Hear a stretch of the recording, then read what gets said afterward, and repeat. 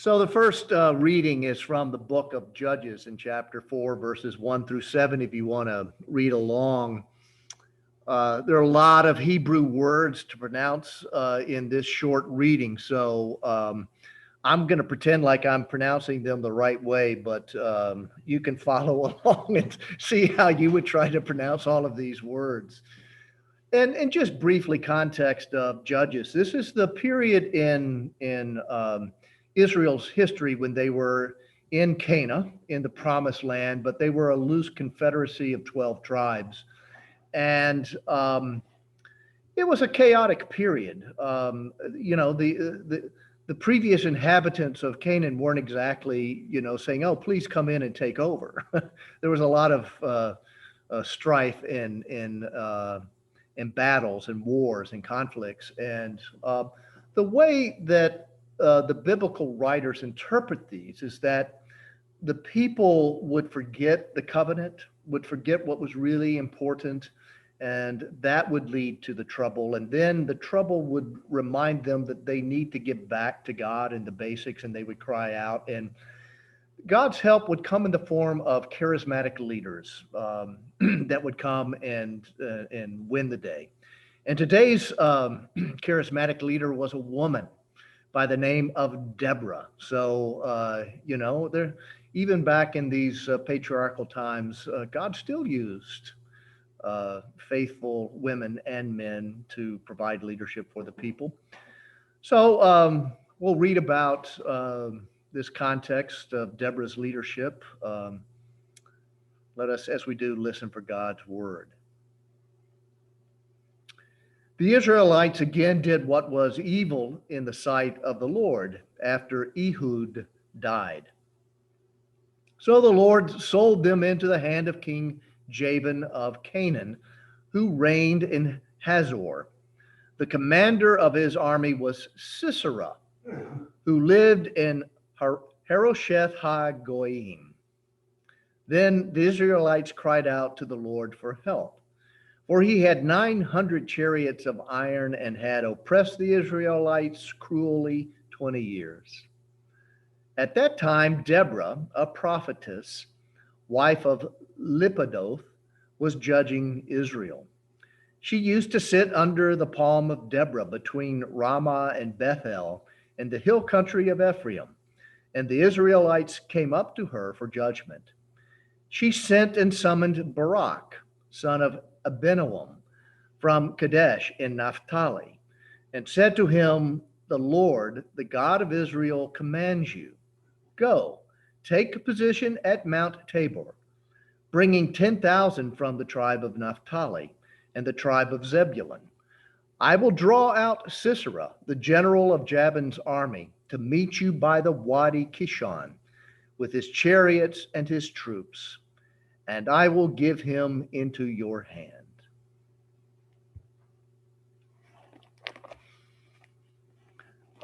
Glad to get past that without totally tripping over my tongue.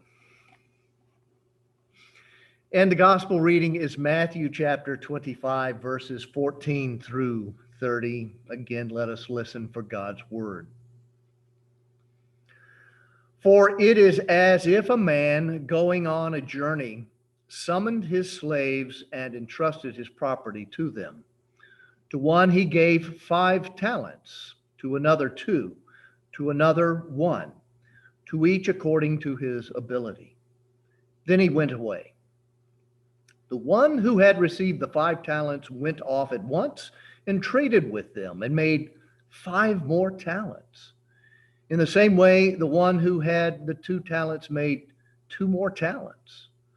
But the one who had received the 1 talent went off and dug a hole in the ground and hid his master's money. After a long time, the master of those slaves came and settled accounts with them. Then the one who had received the 5 talents came forward, bringing 5 more talents, saying, "Master, you handed over to me 5 talents. See, I have made 5 more talents." His master said to him, "Well done, good and trustworthy slave. You have been trustworthy in a few things. I will put you in charge of many things. Enter into the joy of your master. And the one with the 2 talents also came forward, saying, Master, you handed over to me 2 talents. See, I have made 2 more talents. His master said to him, Well done, good and trustworthy slave. You have been trustworthy in a few things. I will put you in charge of many things. Enter into the joy of your master. Then the one who had received the 1 talent also came forward, saying, Master, I knew that you were a harsh man, reaping where you did not sow, and gathering where you did not scatter seed. So I was afraid, and I went and hid your talent in the ground. Here you have what is yours. But his master replied, You wicked and lazy slave, you knew, did you, that I reap where I did not sow and gather where I did not scatter? Then you ought to have invested my money with the bankers, and on my return I would have received what was my own with interest. So take the talent from him and give it to the one with the 10 talents. For to all those who have, more will be given, and they will have an abundance. But from those who have nothing, even what they have will be taken away. As for this worthless slave, throw him into the outer darkness, where there will be weeping and gnashing of teeth. This is the word of the Lord. Thanks be to God. So, as I meditated on this text this week, the phrase that jumped out at me was the phrase after the master returned to settle accounts with his slaves, and the one with the 1 talent said, I was afraid. And I went and I hid your talent in the ground. So I've always had a heart for the slave that had just the 1 talent. In fact, in a seminary, you had to go through what they called a preaching practicum. And in this practicum, it was about 10 students or less, and a preaching instructor.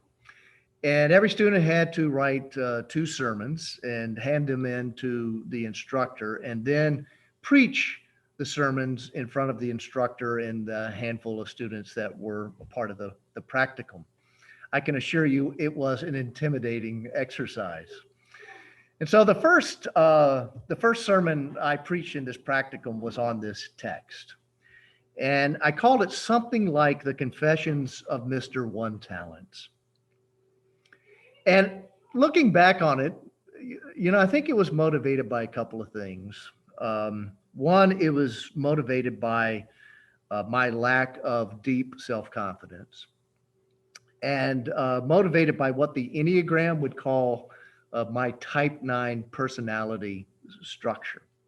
The type 9, for those of you who don't know the Enneagram, is called the peacemaker.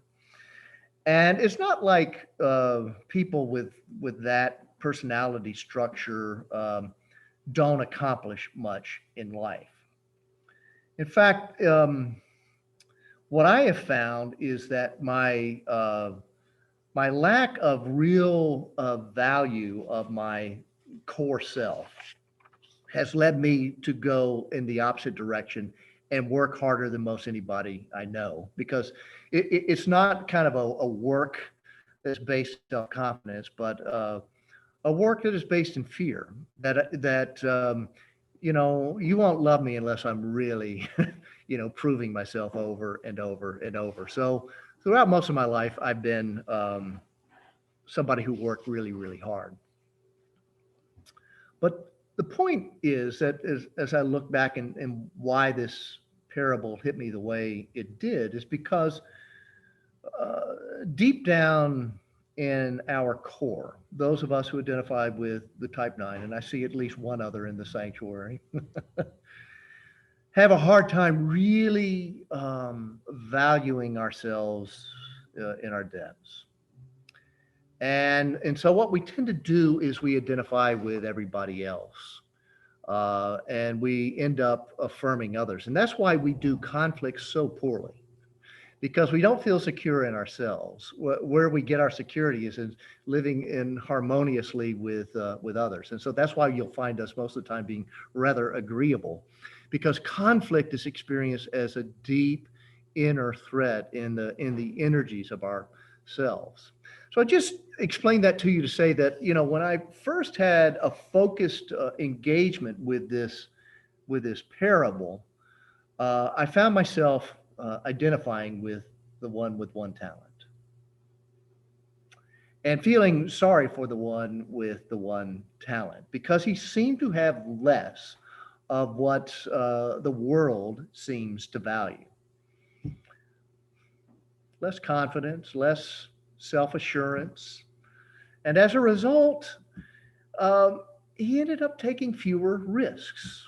He sought to fly under the radar more, to seek less visibility, which it would take visibility to really be trading with your talents, right? And he devalued, in essence, his own interactions in the world. And in a fundamental way, Mr. One Talent was trying to hide from the harshness and the judgments of the world. Mr. One Talent was afraid of being held accountable for his life. You can see it in his response. His explanation was, I was afraid. And so I hid your talent in the ground. Maybe some people can identify with that. I could. Now, I didn't have the language or the insight nearly 40 years ago that hopefully I have a little bit more now than I did then, but I'm not always sure that I do. But what I had in that first classroom sermon was a willingness to be vulnerable and authentic about my inner life and my inner world and the struggles around it that mirrored my soul, and which I knew wanted to be spoken, wanted to be brought into light so that somehow I might be able to deal with them. And I really do believe that the best preaching is the preaching that comes out of the inner depths of the preacher, where it's not all put together, but it's just like it can even be raw. Because if it comes from that place, it stands a chance of surfacing, the inner depths of those who are listening. And I don't know about you, but when I am in a space where the inner depths, the vulnerability of our souls begin to be shared, I always feel the presence of the holy. And so for me, when those things happen, it's like I'm experiencing not only the presence of God, but a message from God saying, that's right, you're getting warm. Keep going. There's some good stuff to be found here. Don't be afraid of the stuff that's in there. Lean into the fear. Even though it makes you feel uncomfortable, that's where the real stuff, the real healing, the real insight, and the real power can begin to take root in your life. So I did get a lot of positive feedback from that sermon many, many years ago. There's one student in particular. She was just an incredibly gifted student. She had this ability to engage large audiences, and even professors were saying, "Wow, she's going to be a dynamo." She said to me, she was in the practicum. She says, "Wow, your sermon really excited me," which made me feel great. Now, the preaching instructor was a preacher who had published books about preaching. And after I delivered the sermon, he says, "Well, I have to tell you that I came here not very impressed by what you had written. But," he said, "as I listened to you preach, you changed my mind." He said, "Just want to warn you." He said, "You took a minority view. You preached against the grain of the parable. And he says that's risky and really not advisable to do. But he said there was something about the reality of it for you that made it live. And he said you don't want to lose that. And so I've tried to take that to heart over the years, where I let my subjective world live, but I don't want it to overpower the text, if that makes sense. But what I really seek to do is allow the text to speak and to engage what's going on inside of myself in the hopes that if I do that authentically enough, it might create some space for the Holy Spirit to move in your own hearts and speak, the messages that are wanting to be spoken to you in your life. So here I go again with this text, and as I jumped into it this week, and forgive me for that long introduction, that really counts as part of the sermon too. So don't worry, I'm over halfway through probably.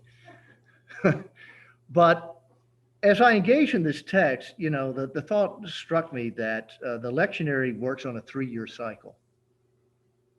So the next time that this passage is likely to arise, and some passages arise more than once in the 3-year cycle, next time it's likely to arise will be November of 2023, and likely I will be retired. And so it's like, whoa, this may be the last time that I, publicly engage in a wrestling with this text. And all of a sudden, that sort of like took on some significance for me because this text has been significant for me. And so I just asked myself, God, what do you want to say to and through me in this maybe final engagement with this piece of your word? Doesn't mean that I won't continue to wrestle with it, but maybe not in this kind of role. And the clear message really seems to be the verse that jumped out at me. I was afraid. And I think what God is saying to and through me is don't let fear lead me to bury your talent.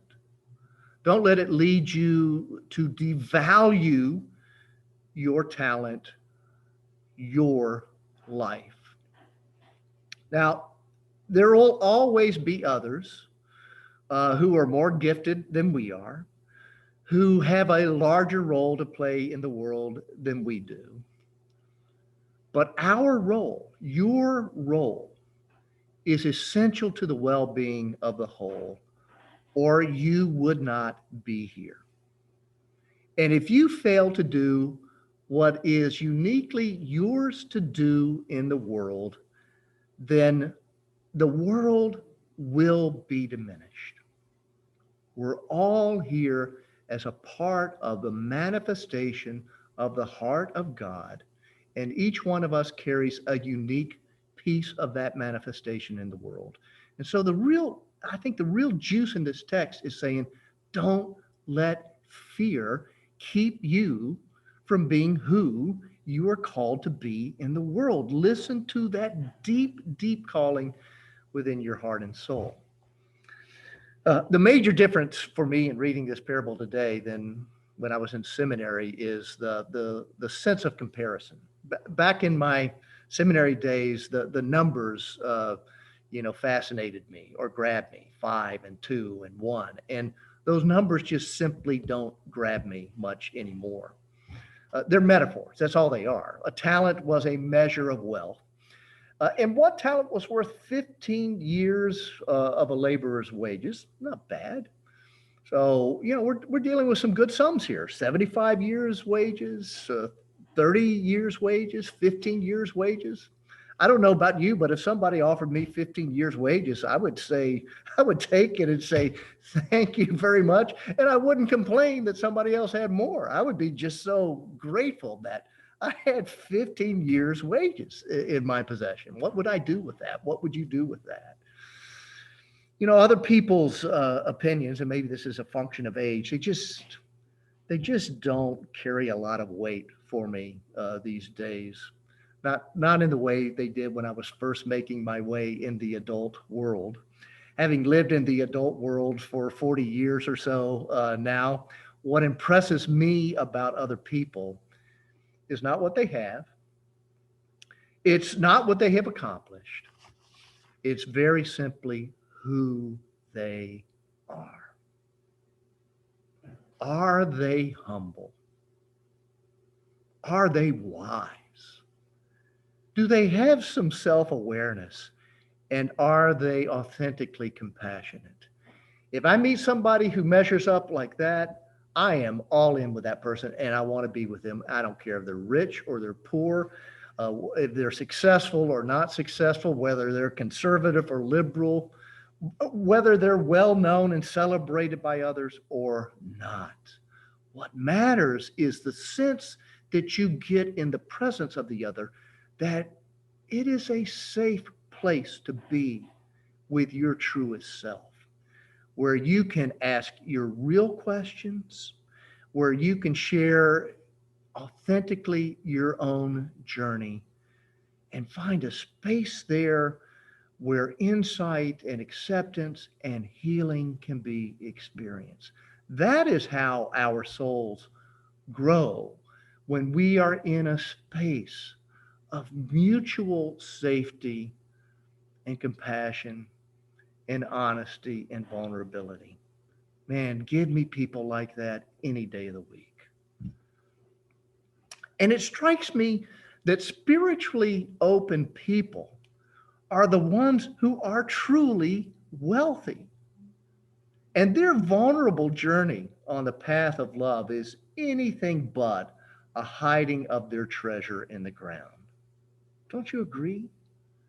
In fact, if you think about it, it's people who take the more conventional path of focusing on the externals of life, who ignore or fail to deal with the vulnerable depths of themselves, who tend to cover those things up. They're the ones who are poor in spirit. They're the ones who are burying their treasure in the ground and covering it up. And they cover it up by those very externals that our culture tends to worship, wealth and status and those things. We think that's the cat's meow. Well, there's nothing wrong with that. But if that is what we are basing our existence on, how poor we are. This is what Jesus has always been trying to tell us.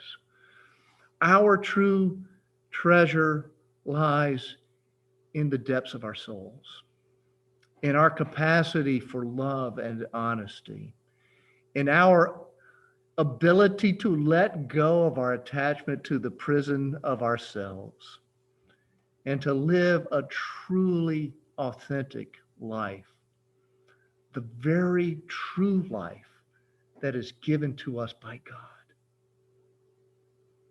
And you're getting close to that true life when it just feels so easy. When you're just living who you truly are, it doesn't feel like you're expending energy. You're just showing up out of the true depths of yourself. So figure that out. Figure that out and prioritize that more and more.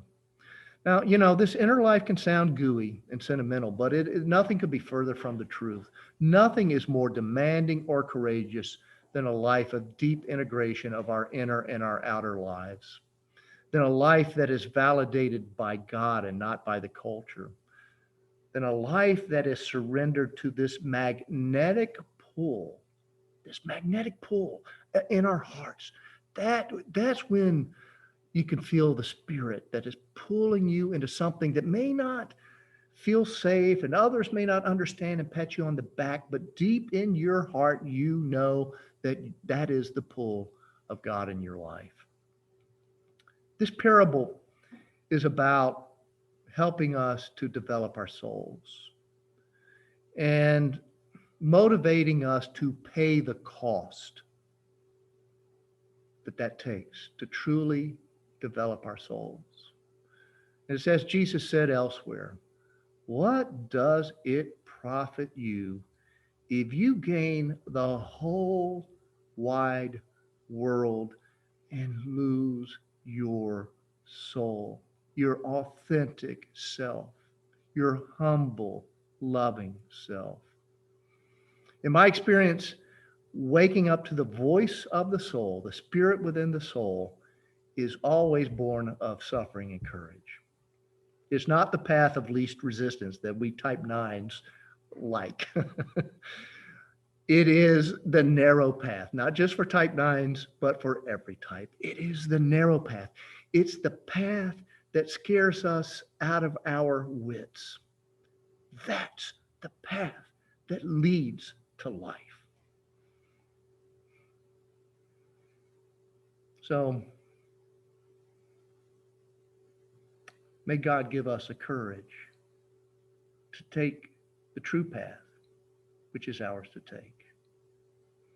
May it be so.